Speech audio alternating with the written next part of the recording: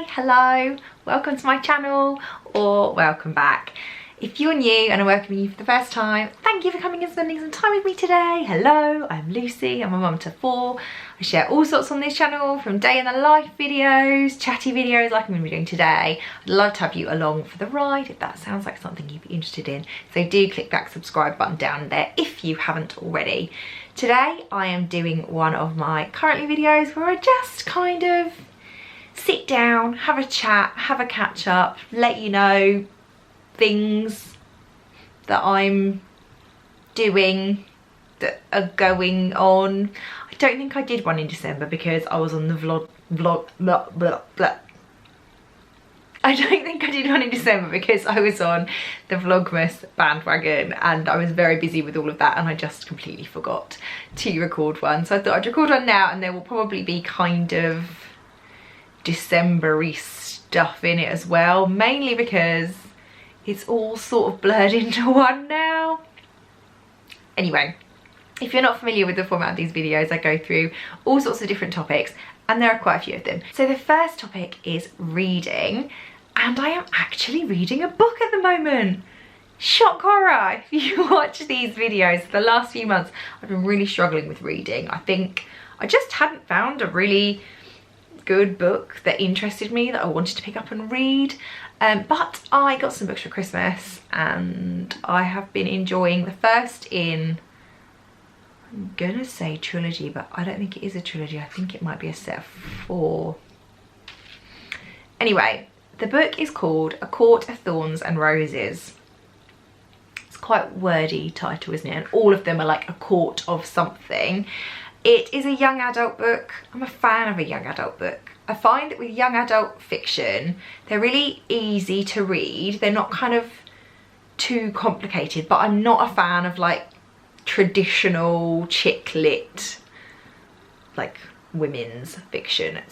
It doesn't float my boat. But I find that young adult fiction kind of gives me something that's easy to pick up and read, but normally has a bit more of a gripping fantasy interesting plot. This one I've not actually been reading for very long, so I can't really judge, but I am enjoying what I've read so far. So far I feel like it might have a like Hunger Gamesy vibe to it.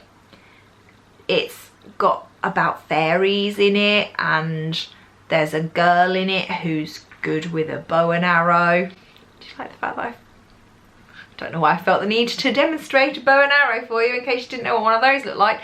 But yeah, I like I said, I've barely even started it. I'm only a few chapters in, but it seems like it's going to be a good read and it's proper escapism, which I feel like is what we all need a little bit of right now. My planning section is mainly being taken up by Homeschool. We're back homeschooling in the UK. We are back into lockdown and Homeschool is on drugs this time. I mean, we've done homeschool before. We should be like rehearsed, prepared. It's different. There is a lot of live content. There is a lot of video content. There is a lot higher expectations of the level of work that your children are going to be producing and engaging with and doing. And I am finding that I'm now spending more of my week than I would like planning out my children's schedules and what I'm gonna cover and what we're gonna jiggle. Yeah, I feel like I'm a teacher again now. Now what I'm watching is probably going to tip over into stuff I watched in December. So in December we watched the majority of the Marvel back catalogue in Marvel Universe order. If you don't know what that is, maybe go back to my last currently video because I think I probably explained it there. Basically it's geek order and it was my idea, so I have no one to blame but myself. But we plodded through those at quite a speed in December, and then the new, more latterly, the new one, more recently on Disney Plus, in the whole Marvel thing, the new series of WandaVision has started. And if you're in any way, shape or form into Marvel, I think it's really good. I'm only, are probably 3 episodes in. I'm not quite sure where it's going, but I really like it. It's really arty and cool, and I really like what they've done with the whole concept. It's funky. I like it. Also, don't feel like I can let watching go for January without mentioning Bridgerton. In fact, did I watch it in January? I might have watched it in December actually. It came out on Christmas Day or Boxing Day on Netflix. I really don't feel like I've got my teeth in today. But I binged the whole lot probably in a matter of days, and it was awesome. If you haven't already watched it, I mean, I don't know what rock you've been hiding under, because it's awesome. Basically, if you took Pride and Prejudice, one of my favourite books of all time, and you mixed it with Gossip Girl, one of my favourite television programmes of all time, and you put them together, you had Bridgerton. And then there was Simon. I mean, you'll need to watch Bridgerton, or have watched Bridgerton to know about Simon, but yeah, he was lovely. It's worth watching if you haven't. I mean, it's also worth watching if you have, because I definitely not going to rule out the fact I might watch it again at some point. And they've just confirmed there's going to be another series. Yay! And because it's lockdown and all there is to do is watch TV, also been loving the new series of A Discovery of Witches. I talked a lot about Discovery of Witches before. If you have followed these currently videos for any length of time, I was reading the books last year. I loved the first series. Have to confess, perhaps didn't love the second series as much. I feel like possibly the second series is a little bit like, why can't I speak today? It's a little bit like the second Matrix movie, and it's just something you have to get through to get to the next part of the story. I mean, it was good. There were, I just like the story. I really love Matthew Good, who's in it. Like, that guy could just read the newspaper and I would watch it. But yeah, it was kind of had twists and turns. It was dark, it's gripping. I felt like it was really rushed. I felt like it was over really fast, but that may be because I binged it in a matter of days. But if you were into witchy, vampire-y, demon-y, fantasy type things with a bit of a historical slant, definitely worth a watch. I have been crafting up a storm. I have come to the conclusion very recently that there is a definite relationship between me and craft and how I'm feeling, and when I am anxious or worried or just have stuff on my mind, I craft. There is something about the creation of stuff, and the fact, particularly with crochet, which is my craft of choice at the moment, the fact that you can get lost in it and the rhythm of it, and you can't really think about too much other stuff, or sort of counting stitches and stuff. Yeah, there's a definite relationship, which means that I have had a very productive year in terms of crochet. I made quite a lot of stuff in the first lockdown. And I haven't really stopped. It's been a very busy year crochet wise, and the tail end of the year and the last month or so have probably been some of my most productive. I have made multiple hats, because they're a really quick, easy make. I've started work on not 1 but 2 scarves, because, you know, can't have too many scarves. And I've started work on another lockdown blanket.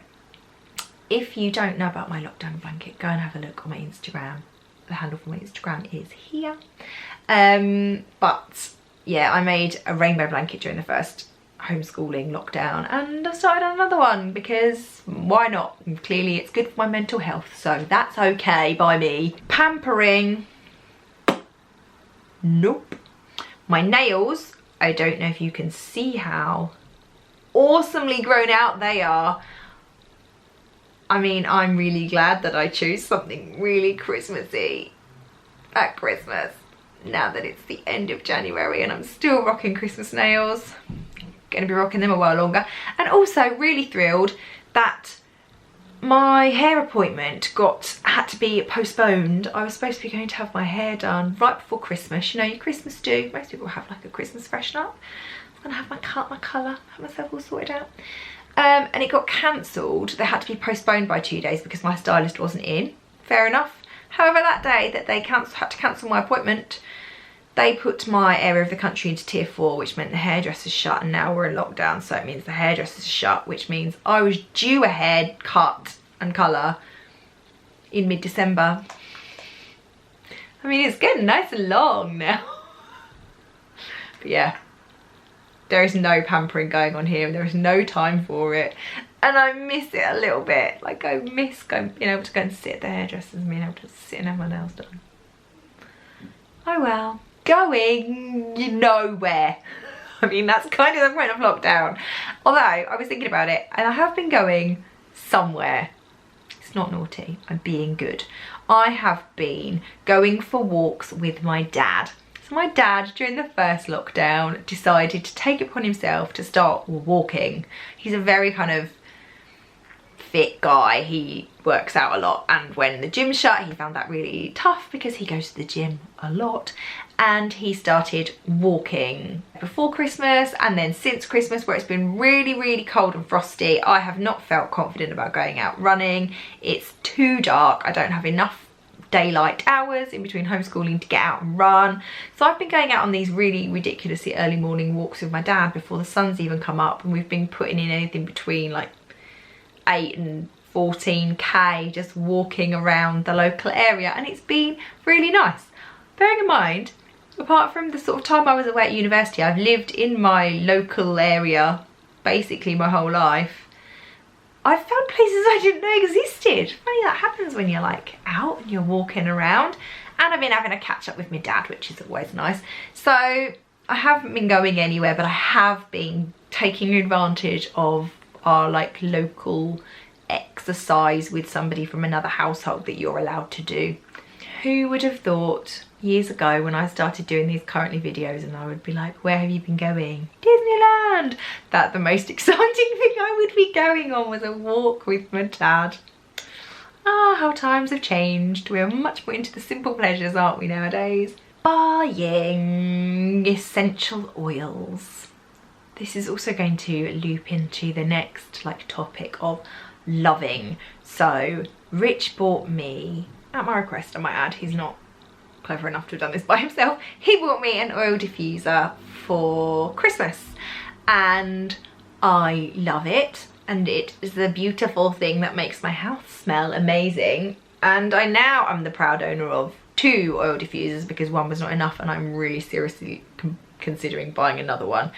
And I seem to have gone down like a rabbit hole on different oil blends and combinations of smells to do different moods. All I do is dream about buying different essential oils to add to my collection so that my house can smell beautiful and we can all be happy. And I get to tinker around with my little bottles and tipping them in my diffuser. That makes me ridiculously happy of a morning and of an afternoon and of an evening, because I'd like to diffuse different things at different times of day. Yep, I am loving my oil diffuser, loving diffusing oils around the home. I can highly recommend it if you haven't looked into it already, but be warned, it is a little bit of a rabbit hole that you go down and then you can't get out because there is just so much lovely stuff out there and I need all of it. I am dreaming mostly of summer, which is just what I do this time of year. There is nothing redeemable about January for me. I am not a fan. I'm not a fan of winter. I'm not a fan of January because it doesn't have the sparkly twinkliness that December at least has going for it. I just don't like it. It's rubbish. It's obviously being made slightly more rubbish this year because we're in lockdown, but then part of the reason I normally hate January is the fact that we're pretty much locked down, because normally in January we have no money left because we've had Christmas and it's a long like payday month, so we have to be careful about money, and we're tired and grumpy, and everyone normally has colds and stuff. I mean, one perk of being locked down is they haven't had colds and stuff, but I never like this time of year. This time of year I'm always desperately craving the summer. Only difference is that this year I can't do the stuff that I would normally do to like relieve the blues, which is that normally this time of year I start looking at stuff we can book up for the summer, like holidays or trips or like stuff, and I am still not convinced that much of that is going to be happening really. So yeah, just trundling along and dreaming of the summer. When I think about how I'm feeling at the moment, I am feeling tired and a bit overwhelmed, I think mostly. There's a lot of juggle involved with lockdown, and I now obviously have 3 school-aged children, whereas the last time I only had 2 school-aged children. There was a lot of juggle going on and I feel very drained and yeah, a bit overwhelmed. It's been a long time, and I know we've all been in it a long time, but with being a family of 6 and the whole rule of 6 thing, and with having a toddler who doesn't go to preschool and school, there has just been no break. Pretty sure I'm gonna have like separation anxiety when life goes back to normal, because I feel like I've got really used to knowing where everybody is all the time. But yeah, it's just been a really long time, hasn't it? And yeah, I'm just tired, I think. Just the other day, which was like, I've got a couple of hours break now. Do you want to go out for a walk? Take some time to yourself? And I was like, no, I would like you to all leave me here on my own for an hour. Just want to be in my own home and have some peace and quiet.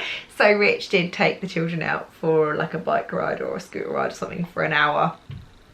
And of course I wasted it. What I should have done was like read a book, chilled out, enjoyed the peace and quiet. I didn't. I went, there's nobody else in the house. I can get stuff done without anyone interrupting me. And I like folded a mountain of laundry and cleaned a bathroom, I think. Like, what a waste of like an hour to myself. But yeah, I feel like you get what I mean. I feel like I'm moaning now, rattling on, and I don't mean to moan, and I do feel like I'm pretty good at putting like the sunny side on things, and we're all home for a reason. I'm happy to have my kids with me. We're all safe, and that's great.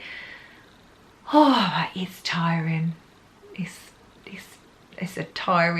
tiring physically and emotionally and mentally. It's just, anyway, let's pick up the happy levels a little bit, because that was all a bit dark and moany. Listening, I have randomly been listening to the Dear Evan Hansen soundtrack. It's a musical, if you haven't heard of it. I love it. That's all I really have to say about that. Just really liking listening to that. I've not seen it, I really want to see it. But you know, that's live theatre, so we'll have to wait and see.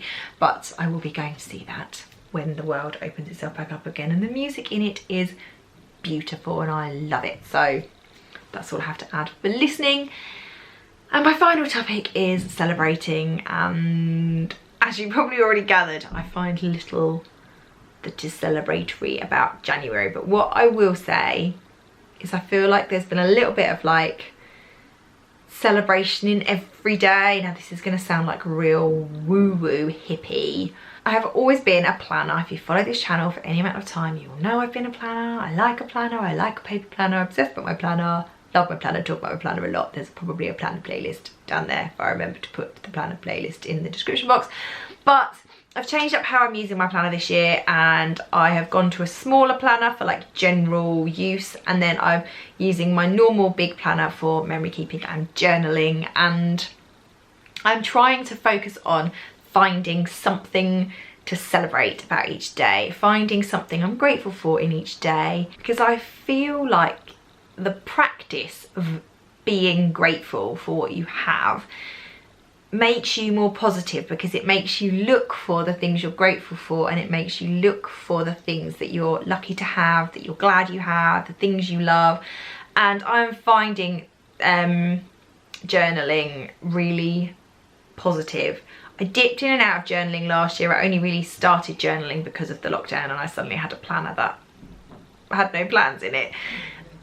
But I've been really liking the whole kind of mental offloading of working with a planner, and also, yeah, just practicing finding gratitude and finding something to celebrate about each day, because it does genuinely work for me, that positive mindset of looking for something to celebrate. So if you're going to take one thing from this video, give that a try, because I think it's working for me, and it is never a bad thing to look for the beauty around you and appreciate the things you already have in your life. Anyway, I have really talked for long enough. I clearly just wanted to be able to talk to a grown-up. I'm gonna leave it there. Thank you so much for sitting and listening to me waffle on. I'd love to know how you are feeling about January. Just in general, you could pick something out that you're grateful for, or you could tell me something you want to moan about. I'm happy to see either in the comments. That would be great. Whatever you're doing with the rest of your day, I hope you have a good one. Thank you for spending time with me, and I will see you really soon.